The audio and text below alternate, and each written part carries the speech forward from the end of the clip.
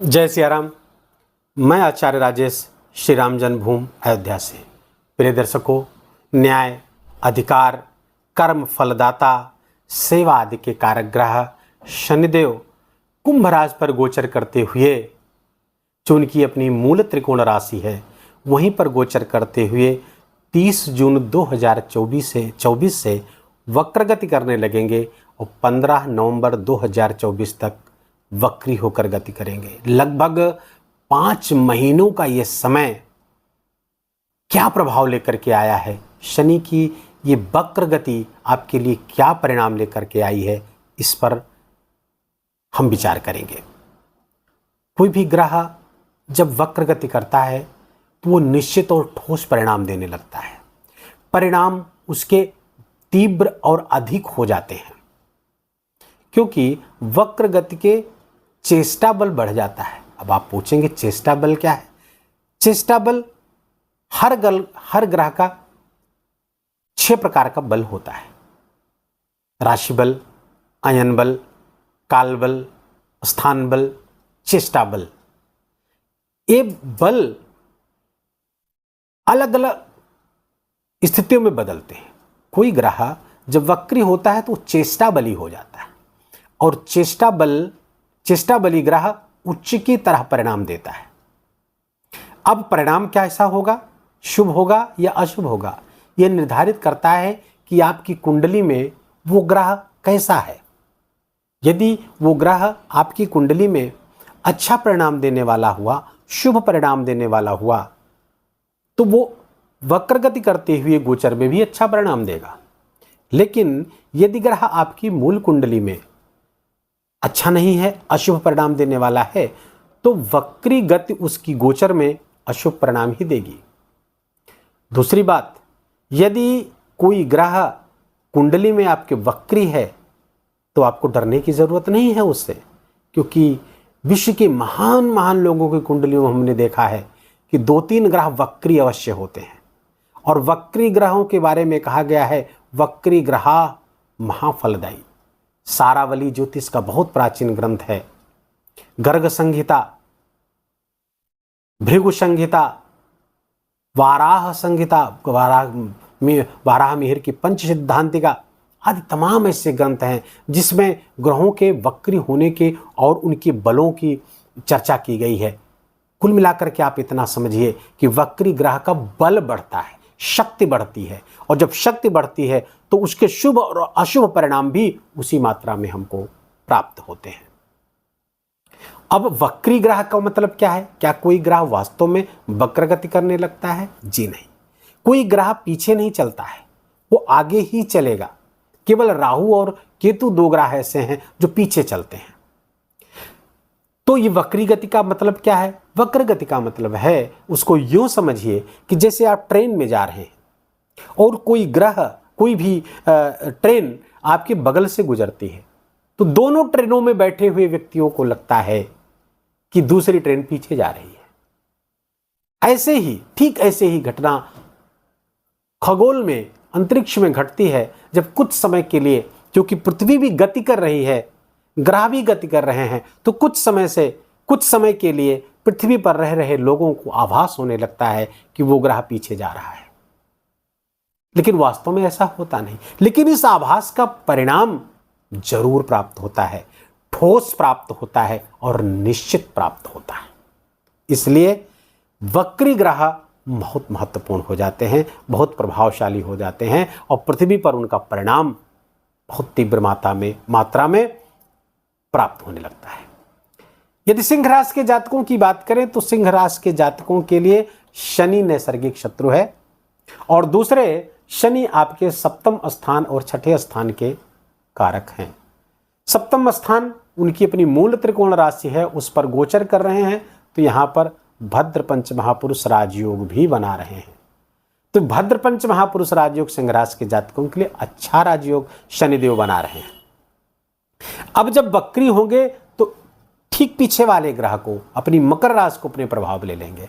तो अच्छी बात है कि यहां पर अपनी ही राशि को प्रभाव में लेंगे, तो डरने की बिल्कुल चिंता नहीं, डरने की कोई ज़रूरत नहीं, आपको चिंता करने की कोई ज़रूरत नहीं। आपके रोग, ऋण और शत्रु तीनों को समाप्त करने के लिए शनि यहाँ उद्धत होंगे, वक्र गति करेंगे। लेकिन कुछ पिछले कार्य, कुछ पिछली जिम्मेदारियां आपके सामने आकर खड़ी हो जाएंगी, उनको आपको पूरा ही करना पड़ेगा। लेकिन यदि आपने उसमें नानुकुर किया, उनको टाला, तो वो समस्या कर सकती हैं आपके लिए। अब छठे से मान लीजिए, छठा स्थान ऋण का स्थान है, छठा स्थान रोग का स्थान है, छठा स्थान शत्रु का स्थान है, छठा स्थान कोर्ट कचहरी का भी मामला है। तो कुल मिलाकर के रोग से संबंधित, ऋण से संबंधित, कोर्ट कचहरी विवाद से संबंधित, शत्रुओं से संबंधित कोई मामला पेंडिंग पड़ा हुआ था, ठंडे बस्ते में पड़ा हुआ था, वो अचानक से आकर के सामने खड़ा हो जाएगा और उस जिम्मेदारी को, उस कार्य को आपको पूरा ही करना पड़ेगा। चाहे वो कोई ऋण का मामला हो, चाहे वो कोई रोग का मामला हो। कोई पुराना रोग उभर सकता है, पहले से कोई ऋण ले रखा था आपने, कोई वचनबद्धता थी, कहीं कोई जबान दे रखा था, वो अचानक से सामने आ जाएगी और उस जिम्मेदारी को आपको पूरा करना पड़ेगा। लेकिन वो जिम्मेदारी का जो पूरा करना आपके लिए सकारात्मक होगा, आपके लिए लाभदायक होगा, आपकी चिंताएं कम करने वाला होगा। शनिदेव की यहाँ से तीसरी दृष्टि आपके भाग्य स्थान पर पड़ेगी।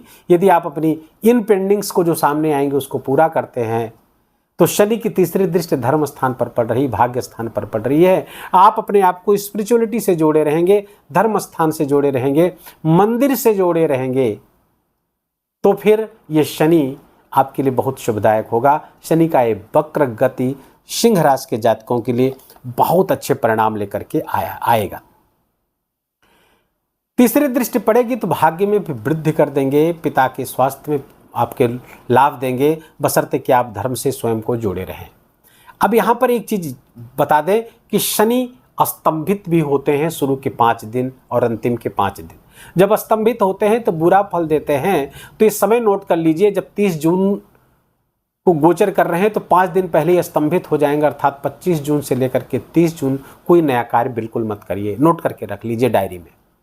ठीक वैसे ही 15 नवंबर से ठीक 5 दिन पहले, अर्थात 10 नवंबर से 15 नवंबर के बीच शनि स्तंभित अवस्था में रहेंगे और इस बीच आप कोई काम करते हैं तो निस्संदेह उसका दुष्परिणाम आपको भोगना ही पड़ेगा।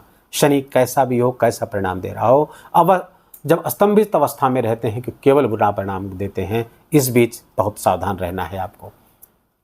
समय पुनः एक बार बोल दे रहा हूँ, नोट कर लीजिए, 25 जून से लेकर 30 जून और 10 नवंबर से लेकर के 15 नवंबर के बीच में शनिदेव की दृष्टि आपके लग्न पर पड़ रही है। स्वास्थ्य का विशेष ख्याल रखना पड़ेगा। मैंने पहले कहा कि रोग से संबंधित, पुराने रोग से संबंधित कुछ जिम्मेदारियां आपको आकर के खड़ी हो जाएंगी। हेल्थ को अपने नियमित करने के लिए, हेल्थ की जो प्रॉब्लम्स हैं, हेल्थ कोई इश्यूज को व्यवस्थित करने के लिए आपको अपनी एक्टिविटी बढ़ानी पड़ेगी। अपने प्राणायाम, दौड़ भाग, मॉर्निंग वॉक आदि से स्वयं को जोड़ना ही पड़ेगा, तब जा कर के उससे आपको पूरी तरह निजात मिलेगा। और ये चीज़ आपको पहले करनी थी और आपने किया नहीं, ये सीधा सीधा अब अर्थ ये निकलेगा कि कुछ ऐसे इशूज आएंगे जिसमें डॉक्टर द्वारा सलाह हो या आप स्वयं से ज़्यादा मोटिवेटेड हो, नहीं मुझे अब तो वॉक करनी है, हमको प्राणायाम करना है, हमको योगा करना है, ये सब चीज़ें आपको करना होगा, तब जा कर के हेल्थ के इशूज को आप पूरी तरह समाप्त कर पाएंगे। शनि की 10वीं दृष्टि आपके चतुर्थ स्थान पर पड़ेगी, मान सम्मान बढ़ेगा। यहाँ पर नए वाहन लेने का योग बन रहा है। घर निर्माण या घर में दूसरे नए घर में आपका प्रवेश, ये सब स्थिति इस बीच 5 महीने में बनती हुई दिख रही है और वो सकारात्मक होगी, लाभकारी होगी।